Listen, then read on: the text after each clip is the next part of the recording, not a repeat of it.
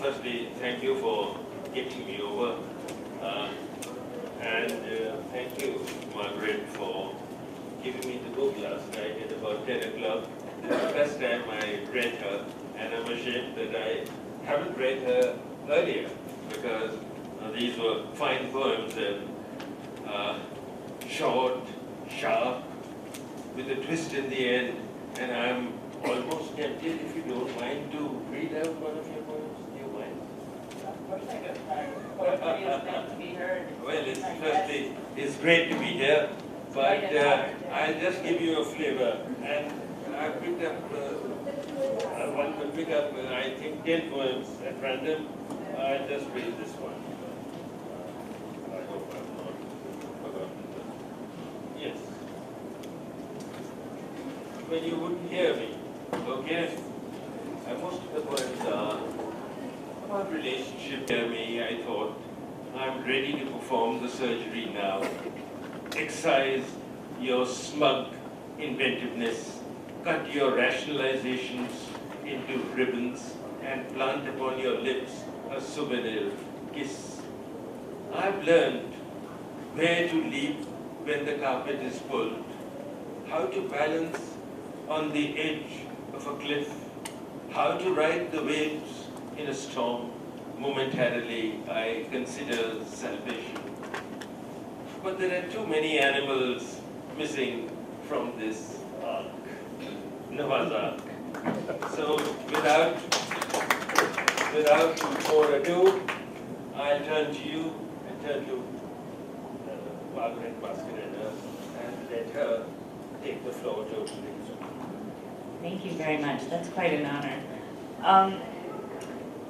I'm really not one for speaking too much about my work. I believe that the work should pretty much stand on its own and take off on its own, and it's up to others to assess it. And as Keiki has just mentioned, my work has been predominantly in the area of fiction and to some degree academic and memoir writing, so that's what I'm best known for. Triage is a result of my simply not having the time to write a novel.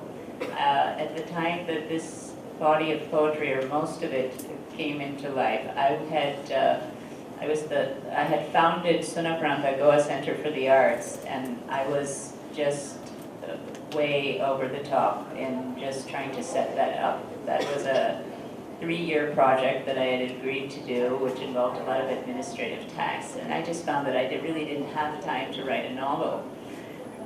So these poems just started popping out unbidden from my subconscious. I would wake up in the middle of the night or in the morning, and I would just crank them out.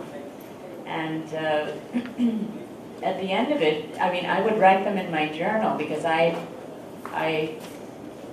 do write in a journal nearly every day as kind of a practice to, because I believe that writing is like a muscle, if you don't use it, you lose it. And at some point, I showed some of my along with in the journal, I would doodle and sketch, and I've always sketched, but I wouldn't call it art. It's just stuff that comes out of my subconscious, and they're more like, they're sketches, but they're not in the realm of what I would call something that you would exhibit. But they were clearly connected with the work that I was doing in my journal in terms of these poems and short flash memoir pieces. And I showed them to my friend and colleague Swati Nair first, who founded, along with me, a prison art project in the Iguala jail. And so we work closely together with image and text. And she's always the first person that I consult on any of my personal work. And she said, these are good, you should publish them. From there on, I sent them to Sachidanandan, who unfortunately couldn't be with us today. And I asked him, I said, is this poetry? And he said, well, yes, indeed it is, and you should get it out there. Thereafter, a number of people read it and helped me with it, including my very dear friend Manohar Shetty and help me select and edit and so forth. And then it was just sort of, I was on a roller coaster and I had to do it, and I wasn't sure whether I wanted to do it because I found that poetry, unlike fiction, is a very sort of gut-wrenching experience, and that you're putting sort of your entire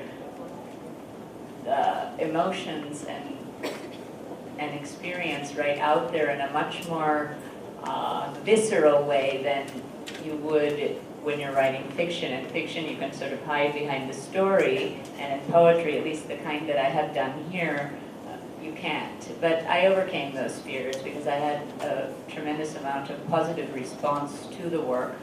And so here it is. It's called Triage, Casualties of Love and Sex. The title itself is a double entendre because it is a cross-gender kind of a work. And so the word sex doesn't just mean sex in terms of the act. It also means, it also reflects gender. I don't really know what else to say about the work, but yeah. I'm a bit tired today. Usually I do most of these as spoken word, but I thought, well, with a title like this, I shouldn't be, wearing my granny glasses or something. So I printed it out really big in case I lose my nerve or my place. I've got it here.